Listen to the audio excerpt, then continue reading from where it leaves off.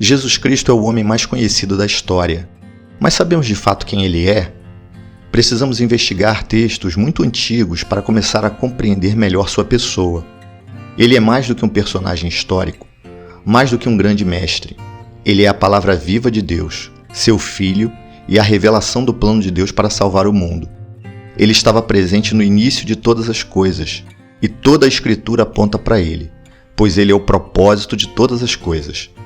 O apóstolo João inicia seu evangelho com a afirmação: No princípio era o Verbo, e o Verbo estava com Deus, e o Verbo era Deus. Aqui, João está fazendo declarações sobre o ser de Deus, que, embora estivessem presentes no Antigo Testamento, ninguém ousaria dizer. Deus é um ser que abarca mais do que uma pessoa.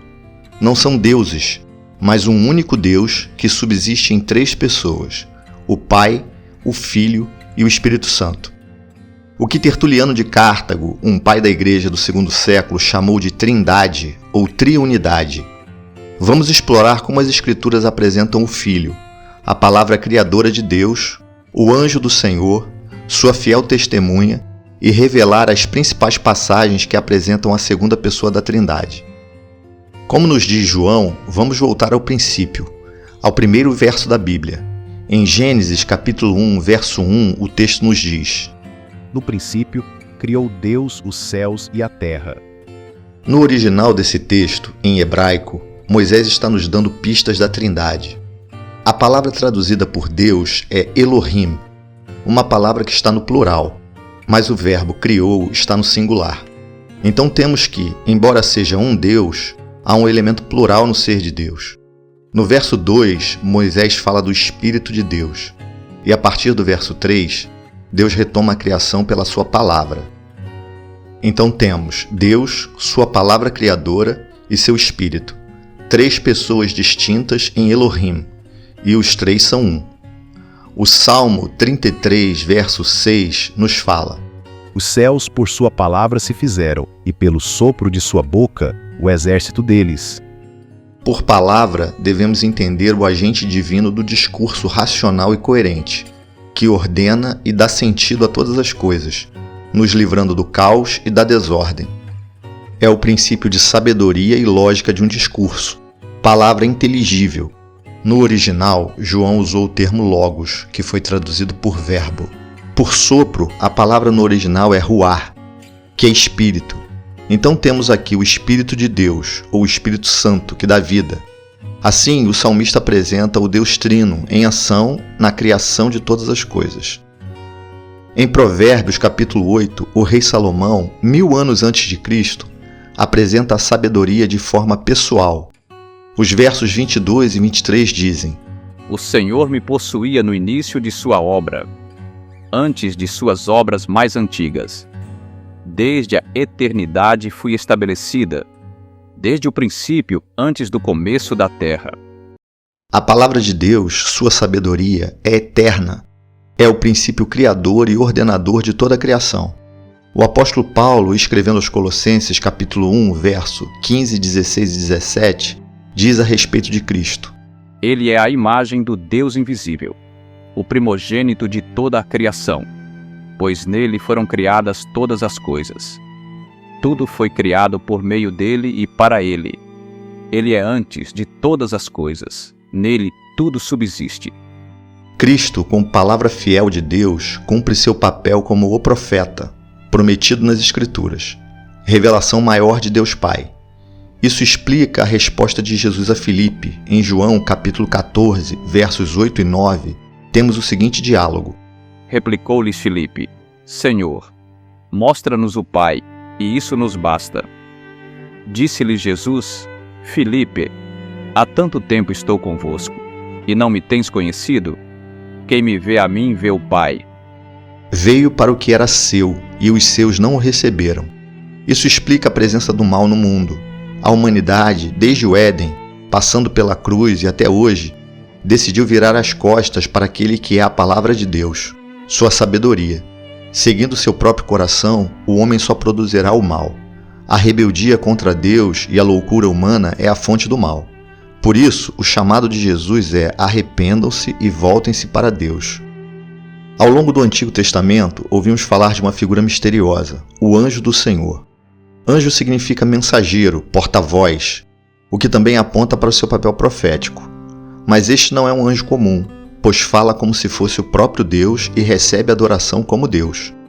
Em várias passagens, o anjo do Senhor é identificado como Deus em forma visível. Ele aparece a Abraão e a Sara em Gênesis capítulo 18 e lhes promete um herdeiro. Em Gênesis 22, quando Abraão está prestes a sacrificar seu filho Isaque, em sinal de total obediência, é o anjo do Senhor que freia o seu braço. O anjo do Senhor também guiou Isaque quando este peregrinava em busca de uma esposa, em Gênesis 24. Este mesmo anjo apareceu para Jacó, em sonho, e se revelou como o Deus de Betel, em Gênesis 31. Quando Deus aparece a Moisés no deserto, em Êxodo capítulo 3, é dito que quem fala na sarça é o anjo do Senhor, e esse anjo se apresenta como o Deus dos patriarcas de Israel. Em Êxodo capítulo 23, Deus diz a Moisés que enviará o seu anjo para guiar o povo. Esse anjo carrega o nome de Deus, a própria identidade de Deus. Os versos 20 e 21 dizem: Eis que eu envio um anjo adiante de ti, para que te guarde pelo caminho e te leve ao lugar que tenho preparado. Guarda-te diante dele e ouve a sua voz, e não te rebeles contra ele, porque não perdoará a vossa transgressão, pois nele está o meu nome. Este anjo fala como o próprio Senhor, é sua voz e tem toda a autoridade de Deus para perdoar ou condenar. Este mesmo anjo aparecerá aos profetas de Israel em vários momentos. Em Isaías 63, ele é apresentado como anjo da presença, pois é sua testemunha fiel, título dado a Cristo. Em Apocalipse capítulo 19, verso 11, João tem a seguinte visão: Vi o céu aberto, e eis um cavalo branco. O seu cavaleiro se chama Fiel e Verdadeiro, e julga e peleja com justiça. João vê Cristo, o Rei soberano de todas as coisas, o ungido de Deus para reinar eternamente. Conforme o salmista nos revela, centenas de anos antes de Cristo, em Salmos capítulo 45, versos 6 e 7. O teu trono, ó Deus, é para todo o sempre. Cetro de equidade é o cetro do teu reino. Amas a justiça e odeias a iniquidade. Por isso, Deus, o teu Deus, te ungiu com o óleo de alegria, como a nenhum dos teus companheiros. O salmista fala de duas pessoas, o Deus que reina para sempre e o Deus que o ungiu para reinar. Cristo é o Rei do universo, pois ele é o próprio Deus. Desprezar a Cristo é rejeitar a Deus, conforme João nos diz em seu Evangelho, capítulo 1, verso 10 e 11. O Verbo estava no mundo. O mundo foi feito por intermédio dele, mas o mundo não o conheceu. Veio para o que era seu, e os seus não o receberam. No Antigo Testamento encontramos também as profecias referentes ao Messias, o Rei ungido por Deus para ser o Rei eterno sobre todas as coisas. A primeira promessa a este respeito, milhares de anos antes de Jesus nascer, se encontra em Gênesis capítulo 3, verso 15. Deus diz à serpente: Porei inimizade entre ti e a mulher, entre a tua descendência e o seu descendente. Este te ferirá a cabeça, e tu lhe ferirás o calcanhar. A promessa é que virá um, da descendência da mulher, que esmagará a cabeça da serpente e destruirá as suas obras perversas.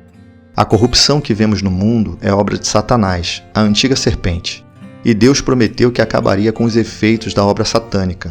Outro momento que temos o mesmo teor profético se encontra em Gênesis, capítulo 49, verso 10. Aqui Jacó está abençoando seus filhos, e sobre Judá ele diz: O cetro não se apartará de Judá, nem o bastão de comando de seus descendentes, até que venha aquele a quem ele pertence, e a ele as nações obedecerão. Judá seria a tribo da realeza de Israel. Davi era dessa tribo, um judeu, e Deus firmou sua dinastia eternamente. Por isso Jesus Cristo é da tribo de Judá, filho de Davi, o rei prometido.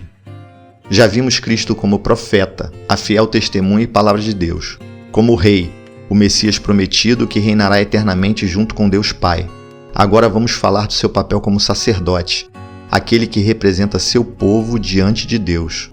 O profeta Isaías, 700 anos antes de Jesus nascer, apresenta a figura do servo sofredor, aquele que será totalmente obediente a Deus para ser o sacrifício perfeito, o Cordeiro sem mancha que será oferecido em favor do povo de Deus, fazendo a justificação dos seus pecados diante do Pai, para que possamos ser salvos do dia da ira de Deus pela fé em seu nome.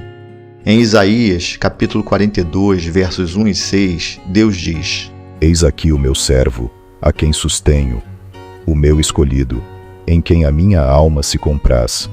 Pus sobre ele o meu espírito, e ele promulgará o direito para os gentios. Eu, o Senhor, te chamei em justiça, tomar-te-ei pela mão, e te guardarei, e te farei mediador da aliança com o povo e luz para os gentios.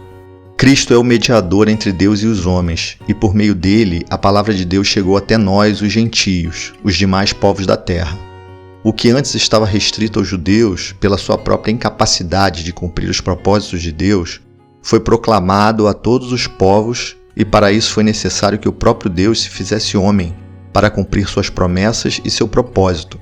E o próprio Deus declara no verso 8: Eu sou o Senhor, este é o meu nome. A minha glória, pois, não a darei a outrem. No capítulo 53, Isaías continua nos revelando o caminho desse sacerdócio eterno.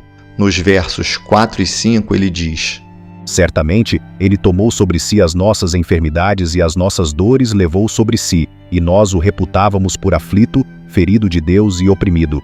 Mas ele foi traspassado pelas nossas transgressões e moído pelas nossas iniquidades. O castigo que nos traz a paz estava sobre ele, e pelas suas pisaduras fomos sarados. Deus nos criou para a sua glória. Nós o rejeitamos e manchamos sua criação com desordem e maldade. A sua graça bendita se manifestou outra vez, e ele veio até nós e nos estendeu o braço de salvação, Cristo. O apóstolo Paulo, escrevendo aos Filipenses capítulo 2, versos 6 e 8, diz a respeito de Cristo: Pois ele, subsistindo em forma de Deus, não julgou como usurpação o ser igual a Deus. Antes, a si mesmo se esvaziou, assumindo a forma de servo, tornando-se em semelhança de homens, e o reconhecido em figura humana, a si mesmo se humilhou, tornando-se obediente até a morte e morte de cruz. E em João, capítulo 3, verso 16, temos o resumo da obra redentora de Deus. Porque Deus amou ao mundo de tal maneira que deu o seu Filho unigênito, para que todo o que nele crê não pereça, mas tenha a vida eterna. Os profetas do Antigo Testamento, que viveram séculos antes de Jesus, profetizaram sobre a vinda de um Redentor. O rei Davi, que viveu 1000 anos antes de Jesus, escreveu o Salmo 22 e o Salmo 110, com descrições detalhadas do sofrimento e exaltação de Cristo, falando claramente dos ofícios do Messias, como profeta, sacerdote e rei. Todas as profecias se cumprem em Cristo, e nós aguardamos seu retorno para que se cumpram as profecias a respeito da vida eterna. O sacrifício de Jesus não foi um plano improvisado, mas algo preparado desde a fundação do mundo. Na sua primeira carta, capítulo 1, verso 18 e 21, o apóstolo Pedro nos revela que o sangue derramado por Cristo, o seu sacrifício, tem efeitos anteriores à criação do mundo. Então, nós só existimos aqui e agora porque Cristo morreu.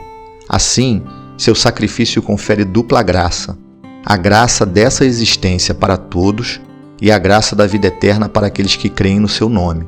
Esse crer nos obriga a chamá-lo de Senhor e Salvador.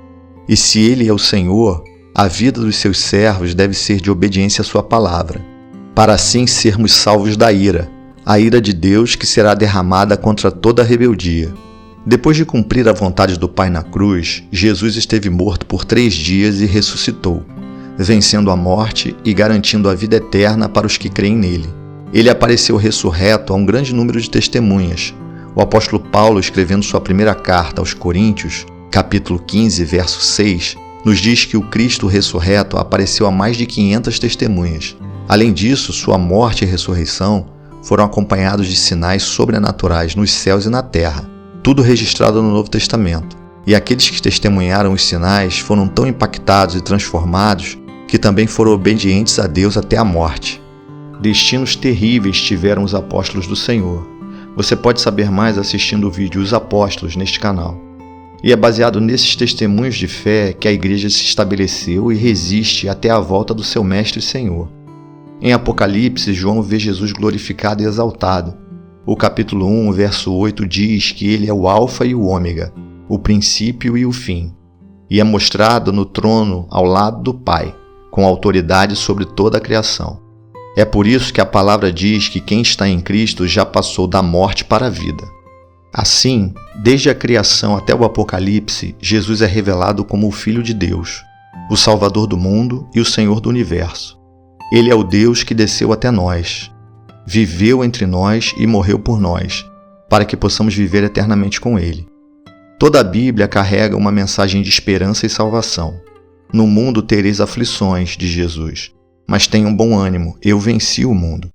Cristo nos convida ao arrependimento dos nossos pecados, a sairmos da rebelião contra Deus, visível no mundo, e aceitarmos o seu senhorio. Uma vida de relacionamento próximo com Deus através do sacrifício do seu Cristo e pelo Espírito Santo, que é a pessoa da Trindade que habita no coração do povo de Deus. Como nos diz o autor de Hebreus, capítulo 3, a partir do verso 7. Assim, pois, como diz o Espírito Santo, hoje, se ouvirdes a sua voz, não endureçais o vosso coração.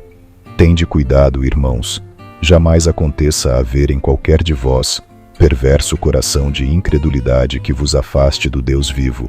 Pelo contrário, exortai-vos mutuamente cada dia, durante o tempo que se chama hoje, a fim de que nenhum de vós seja endurecido pelo engano do pecado. Obrigado por assistir até o final e que Deus abençoe sua vida.